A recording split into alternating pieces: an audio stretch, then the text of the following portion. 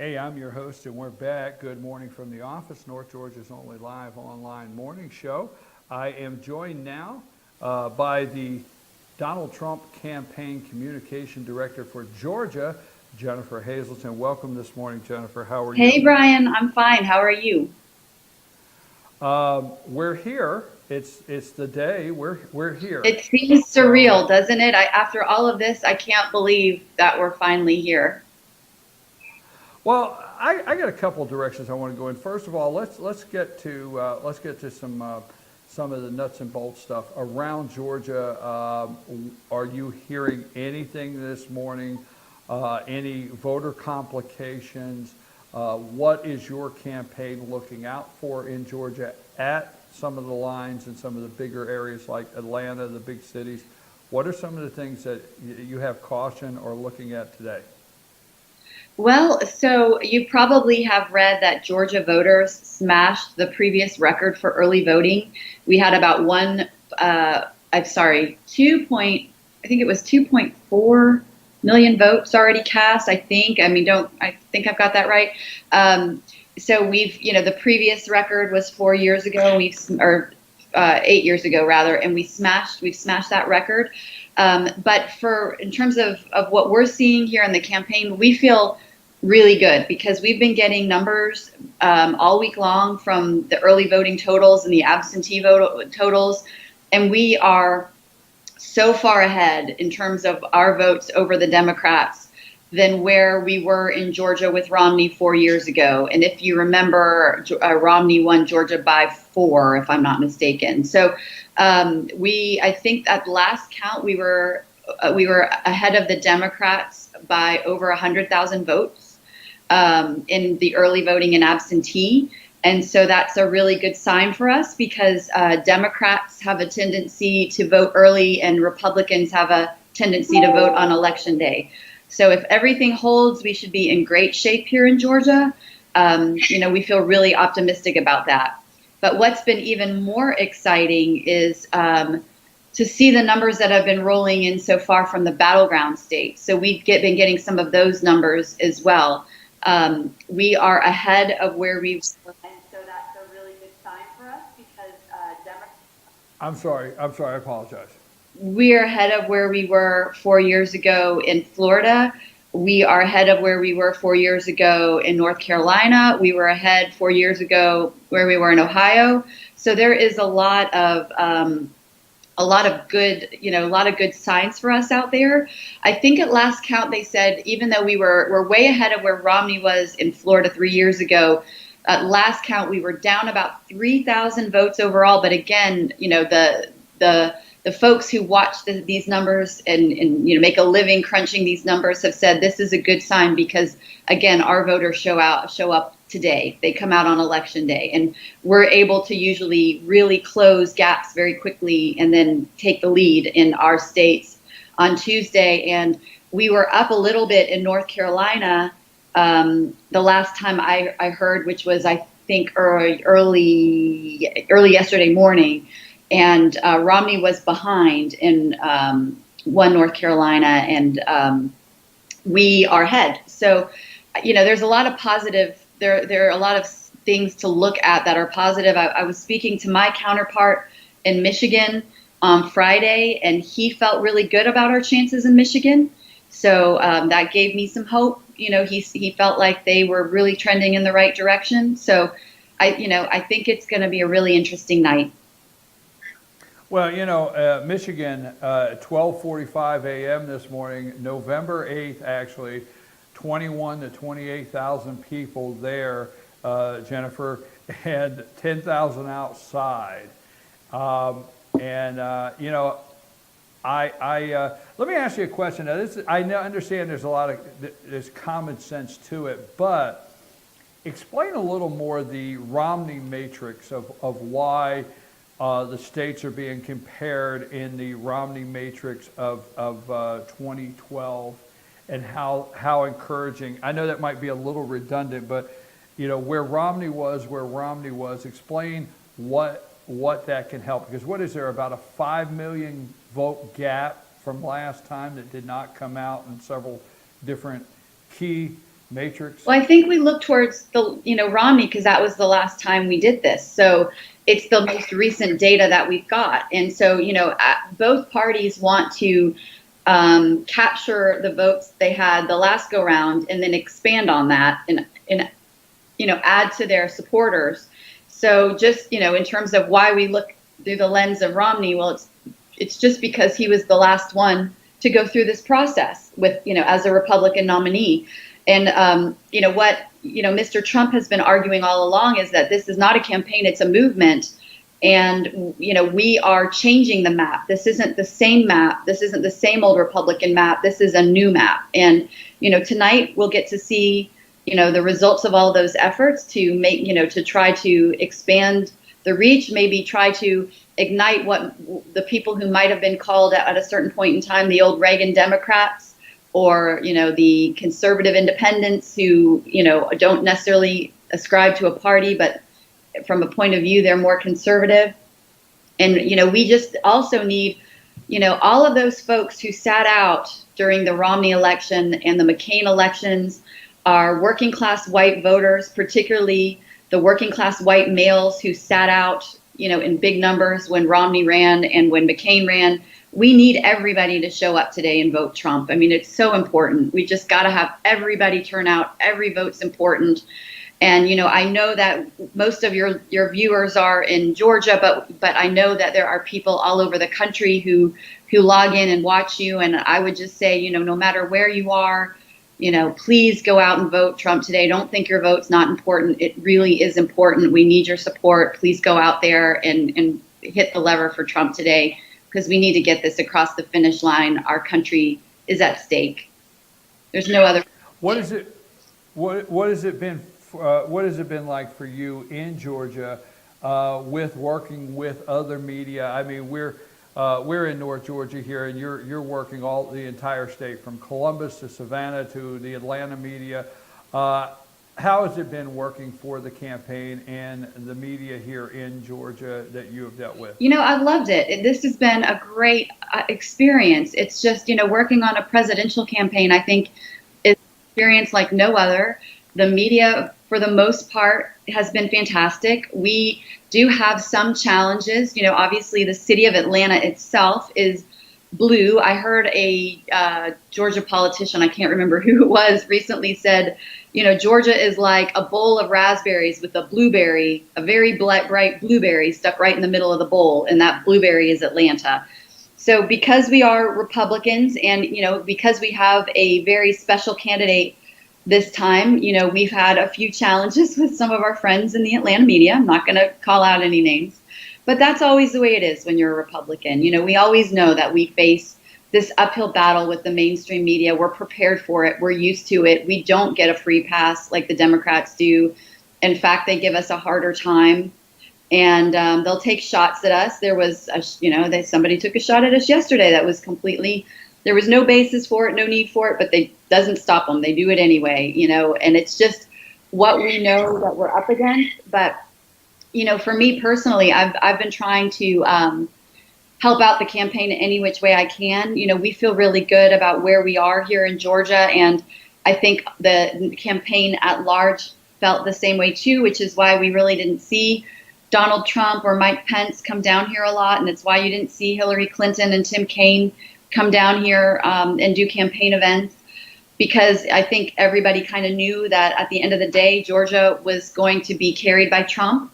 But I've been pitching in, trying to book media in some of the other battleground states. So I've booked, media for my colleagues in Florida and North Carolina and Michigan and Ohio, and, just working to Iowa, Missouri, just wherever I can help. And because, like I said, every vote counts, and we need to, we need to win. It's our country's on the line. So I've been happy to pitch in and help. I was trying to, book some musicians and actors and things the last few days, just anything that I could do to help the cause. Well, that being said, what do you think about your candidate finishing up in Michigan the way he did, and actually his act, I'm going to call it act, or his surrogates, was Mike Pence and his family. just a real quality picture there versus the Democrats over on the other side of a blue state in Philadelphia doing a rock concert. Listen, I mean, let's just be real about it. I mean, Donald Trump is right when he says, I don't need Beyonce and Jay-Z to show up to have a full packed crowd in my arena or in my hangar, and then to have, thousands of people waiting outside because they couldn't get in. Just, one example, the same night, what was it, a week ago or 4 days ago, whenever it was, that she had her concert in Cleveland. It was a free concert, by the way, with Beyonce and Jay-Z. And they had 10,000 people in that arena in Cleveland, which is a big city, free tickets, and the arena wasn't even full. They had 10,000 people in a big city, and most of those people, or quite a few of those people, left as soon as the concert was over and didn't wait to hear her speak. And that same night, Donald Trump was in a rural town in North Carolina, very small, nowhere near the size of Cleveland. And he had almost double the size of the crowd. He had, I think, 17,000 people to her 10,000. And, no rock stars, no rappers.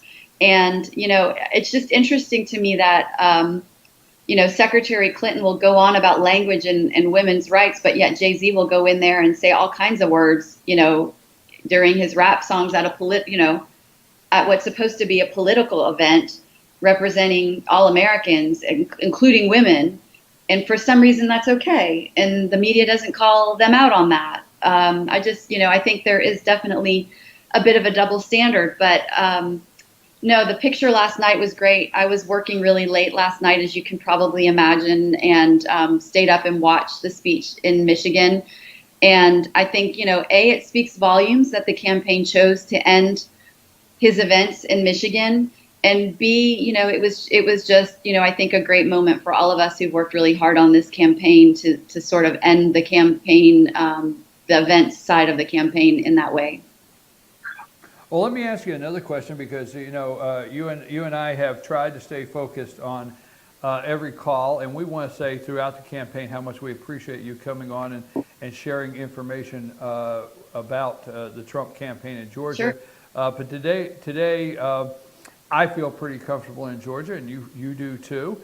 And we're stepping out just a little bit, talking about Michigan and some of the things you have heard. Can you share with us, did you hear anything on internals or anything that led them to just stop over in Minnesota? That one caught me off guard, but then I seen the reaction of 20,000 people in Minnesota also. Did you hear anything there? I did. I did hear that they thought there were some things in Minnesota that indicated some good news, but I didn't really stop to digest exactly what the numbers were, so I can't give you the numbers, but I did hear that they thought there might be some opportunity in Minnesota.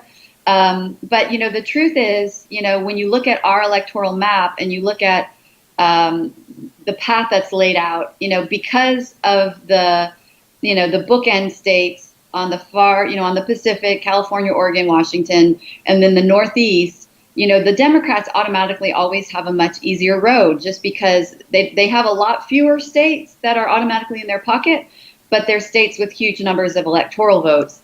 And so, Republicans have to basically create a path where Democrats, basically just have to stay on the path that's in front of them. And, we need to win all of the states that Romney won, and we need to flip one or two more. And so I think that's what everybody's looking at. Like, where are the opportunities to turn a state that was blue in 2012 and turn it red in 2016?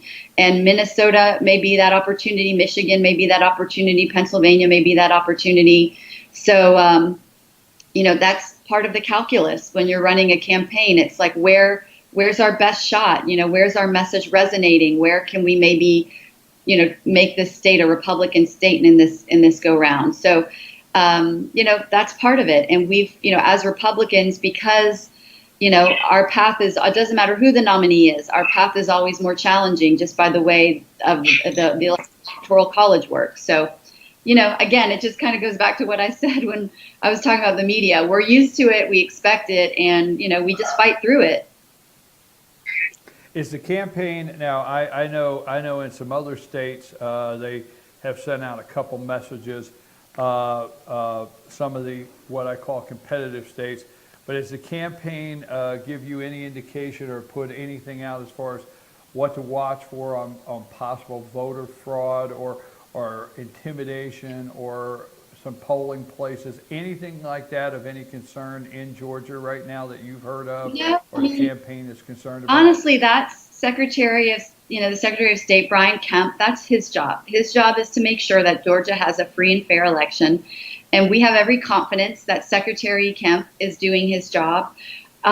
Within the campaign, we're focused on reaching as many of our voters as we can and encouraging them to go out to the polls. So we have been calling, I mean, just out of our office in Sandy Springs, just north of Atlanta, we've been calling on average about 30,000 voters a day.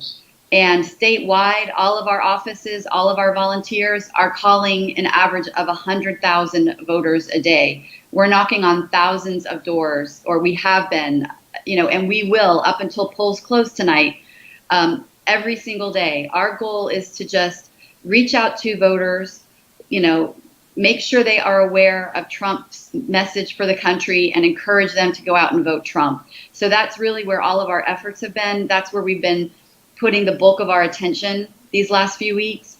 And that's what our concentration is today. We're going to keep working the phones and knocking on doors until the polls close. Well, obviously, Jennifer, and I don't want to leave on a down note and bring up MSNBC. Your favorite But channel. well, Brian, you can't. We always have to talk about them at least once, so that's fine. I watch every morning at 6, and I'm not encouraging people to do that, but I've tried to keep up with what direction they're trying to push people in, and I do it just for my business, and that's the bottom line.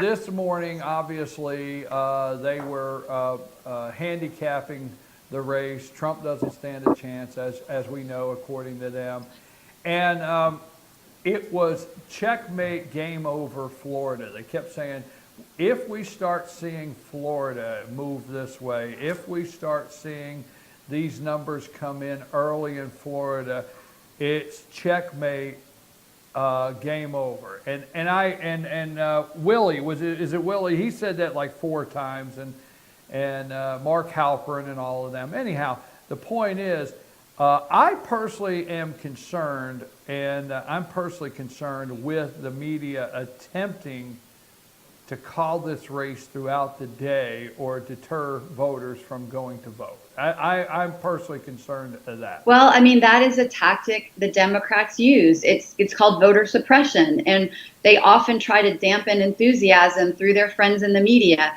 You probably saw WikiLeaks yesterday, and now there's even more evidence of collusion between the Democratic Party and the mainstream media, where you've got like bookers at CNN or producers at CNN going, hey, we're going to have Ted Cruz on DNC. What questions should we ask Ted Cruz? I mean, I used to work at CNN. I can't even believe that it's gotten to that point over there.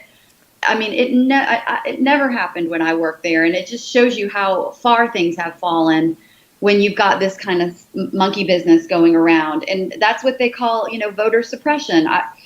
I was calling, I had been on the phone, I think it was with my colleague in North Carolina, and we were just talking over our respective states, and he was asking me about Georgia. And I said, this storyline that Georgia could be in play has been, we have seen no evidence to indicate that here. And his remark was, well, how they like to mess with the polls and make it seem like, and I said, look, I can't speak to how they're doing the polls, but, there is some gamesmanship too. I mean, if the Democrats can act as if they're going to make a play for it, they can get a campaign to possibly divert well-needed resources to a place where they're really not needed. And, that's the kind of jockeying that happens sometimes in a campaign. But it is something that the Democrats do try to do. They do try to dampen enthusiasm. They do try to use their leverage with the media to create a story, a narrative, and perpetuate it. But at the end of the day, the good news is that it's not the media who votes. It's the American people who vote. And the mainstream media has sort of cooked its own goose, because I think they even have a lower approval rating than the U.S. Congress, if that's even possible, because of the erosion of their credibility over the last 20 or 30 years. So, Well, we have faith in the American people, and we have faith that the American people will block out the noise and go to the polls and make the right decision and vote Trump today. well, Jennifer, I have for months, absolutely for months, I have opened this show almost on a daily basis, and our viewers can tell you and that I have opened up and said, Georgia is not in play, people. It's not in play. And when you say gamesmanship, you're exactly right, because see, what they know is conservative Georgia voters will go work somewhere. I mean, they've seen busloads of people from Georgia go work to help Scott Walker in Wisconsin. And they know Georgia voters will do that. And they needed to make Georgia voters feel this was in play to try to deter people from going to North Carolina and help, or going to Pennsylvania, and so many things like that. Well, here's what's crazy, Brian. So we had last week, we had, well, it was technically the week before last, so not last Friday, but the Friday before. We had Donald Trump Jr. here, okay? And we had 4 events with Donald Trump Jr. I had an incredible day flying around the state with him and the folks who travel with him. There were 3 of us, and we basically took a helicopter and flew from Atlanta through around middle Georgia. And, this is a guy who is he's not the candidate. He's the son of the candidate. And he's not a politician. He's a regular guy, a father of 5, husband, works in the private sector, at his family's business. So, it would be like you or me, in a sense, walking in. We had, everywhere we went, every place was packed. I mean, we had a packed breakfast in Atlanta that was invite only. And then we had, we went down to Henry County to our GOP office there, standing room only, people out the door. We went to a church in Milner in the middle of a day on a Friday, and there were over 1,000 people in the church. And then we went to Fayette County for our GOP headquarters there. There were easily 400 people. The building was packed. The fire marshal had to close it down. There were people on the front yard. And this is for the son of the candidate, not the candidate. I mean, Tim Kaine can't even get 50 people in Miami, and we've got the son of the candidate. And so we've got enthusiasm in Georgia at that kind of a level, to the point where, we have a bus, the Trump bus. It's like a big tour bus that is, has Trump all over it, and it drives around the state.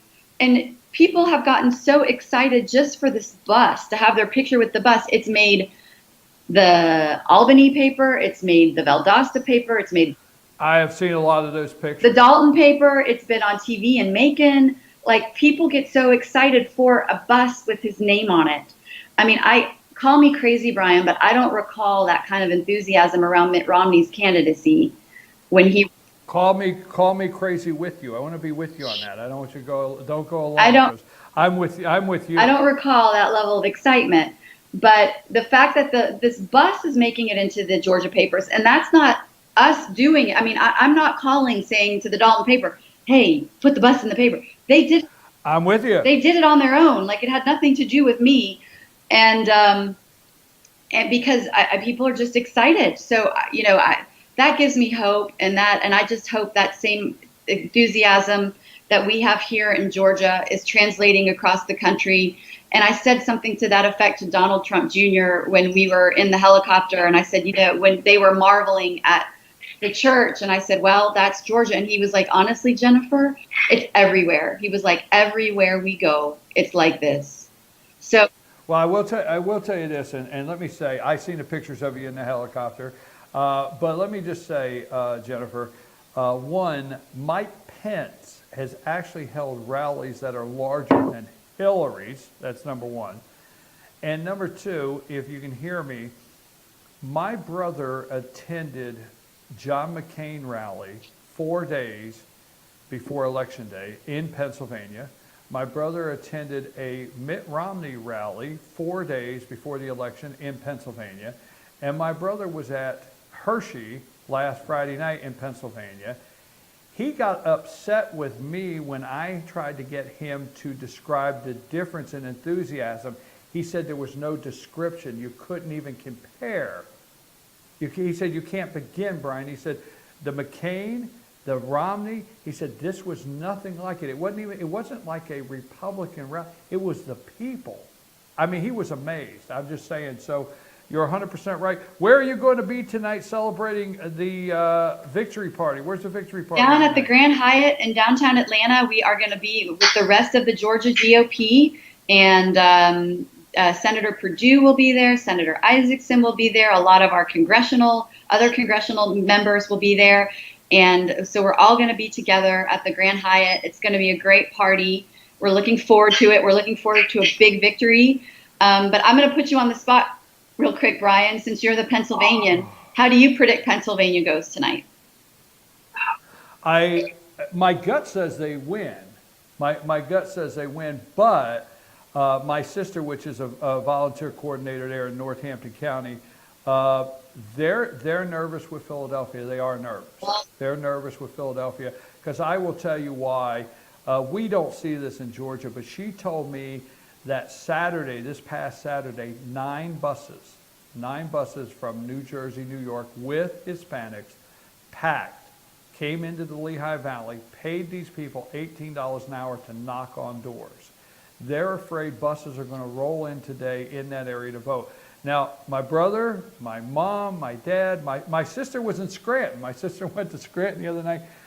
We feel good. We feel there's something there that has not been before, and that's serious. My sister worked for Rick Santorum. She worked on Pat Toomey's campaign. She worked for Mitt Romney in the eastern part of the state. I think you know because you follow politics. Pennsylvania is big, so they split it into an east section and a west. She has chaired the east section for candidates. She said she's never worked on anything like this. So she's like you with the enthusiasm gap. And Donald Trump Jr. hit a home run. It's everywhere. Pennsylvania doesn't matter. Do you think we're going to have some Republican votes in Philadelphia this time? Remember last time? That's funny you say it. Not even my sister and brother and I were talking, not even accidentally won. That one precinct, nobody even made a mistake and voted for Romney. I mean, how is that possible? It was like multiple precincts, if I remember correctly. Absolutely, absolutely. And, you know, they can get mad and say that Donald Trump says it's rigged and Donald Trump talks voter fraud. But I'm going to tell you, I'm very close to that, and I have people very close to that, Jennifer. Everybody knows the biggest joke around Philadelphia is how many votes are on the machine when they turn it on. And that's the biggest joke there. So we're concerned about what they call the ring counties. Yeah. We're concerned about that. But I have Jennifer, I have said that rural America, my show has been focused that rural America is going to bring this in. Now, Western PA is really coming out for Trump hard. We need Western PA and Central PA to turn out in big numbers. So if you're in Pennsylvania and you can hear this, come on, guys, come on. I mean, do you have a quick second for an anecdote that gave me some hope? Yes. I got George waiting, but we're on the internet, and George will gladly give up any time for the call. So go ahead, so this is just anecdotal, but I was watching This Week with George Stephanopoulos 2 weeks ago, and it was Martha Raddatz, who is sort of the co-anchor of that show, was down in what you call those ring counties in PA. Yes. I think it was Chester. Is that maybe? Yes. Oh, yeah. So she went around and did what we call in TV man on the streets, MOS, man on the street, meaning you just go up to random people that you see passing by and ask them their opinion on something. And so she was doing man on the streets interviews in Chester County about who they were favoring. And it was interesting. I don't know, in the course of her package, she probably talked to 15 or 20 people that she randomly met. Keep in mind, this is Martha Raddatz of ABC News. We know that she's a liberal, right? We saw that in the debate. Like, it's not really a question about where her personal politics lie. We know wasn't she the one who had Barack Obama at her wedding, I think? Yes. So, so we kind of know where she's coming from. of all the people she talked to, only one of them, it was a young African American woman, came out on her camera and said she was voting for Hillary, that I saw. Every other person that she talked to in this Chester County either said, they said, I'm either Trump, I'm independent, or they said, I'm independent, but I'm leaning Trump. And honestly, Brian, my takeaway when I watched that was these independents, or the independents that are independent but leaning Trump, they're Trump. They just don't want to tell the person with the camera that they're Trump. But that gave me hope when I saw that that's one of those important counties outside of Philadelphia. And when, it looked like the odds were sort of in our favor, just based on that man on the street by a very liberal news outlet, I thought, well, maybe there's something there in Pennsylvania. Maybe we've got something there. So it's purely anecdotal, not scientific. Can't take it to the bank, but I did, it did give me. Well, let me just say this, and let's end with this, Jennifer, on a high note, not MSNBC or CNN, okay? I can't remember the last time the Amish endorsed a candidate. I know. Right? How is that? Let's hope the Amish come out and vote today. I know they're not watching because they don't have the internet, but come on, guys. And yeah, exactly. I have been to Lancaster County. I have visited. I have had shoe fly pie, and I have gone to the Amish butcher and the Amish grocery store, and it's lovely. And the people couldn't have been nicer. And we need them to go out and vote. We need Lancaster County to show up for us today. Jennifer, I've got to run. I'm running late, but I hope here in the next day. Well, I will tell you this. You need to know my schedule. Donald Trump wins today. Tomorrow's victory party, and I will be off on Thursday. I've already planned to take Thursday off. Okay? Well, maybe I'll join you. If we have good news tomorrow, maybe I'll join you and we can celebrate. How about that? There you go. Have a nice time, and tell everybody down there in Atlanta I said hello. I'm going to have to stay put here tonight, so I'll be prepared for the victory party at 8 a.m. on our show. Okay, perfect. Okay? All right. I'll talk to y'all. Thank you. Thank you for everything. Thank you so much. You're welcome. Hey, Cole, go ahead and let's move on from that. We're sorry we're running late. We apologize. We apologize to George, but we were talking to Jennifer Hazelton, and Jennifer Hazelton is the Donald Trump Communication Director here in Georgia. Folks, they're excited. You see the enthusiasm. You see the enthusiasm. They're excited. You see it's the feeling. So we're going to go with that. We're going to end today. We hope we've been positive with you. I got to get out of here. My friend George is up, and he's patiently waiting. I'm running 5 minutes over. But remember what I told you today. The encouraging thing is encourage your friends. Do not leave line. Do not leave the line. A couple rules. Send these messages. There's going to be long lines today. People will get tired and leave. Beg them not to leave the line. 2, if they get there and somebody says you've already voted, call for an election official. If you did not vote, trust me, there may be situations where they say you've already voted. No. Call for an election official. Call for an election official if anything stands out that is unusual today. And text your friends. Tell them, don't listen to early voting predictions by the crooked media. I'm your host, BKP. Don't forget, these cigar boxes are empty, and we need them filled up, not with cheap cigars. My P.O. Box is 405, P.O. Box 405 LJ 30540. Victory party right here tomorrow at 8 a.m. I'm out. George is in.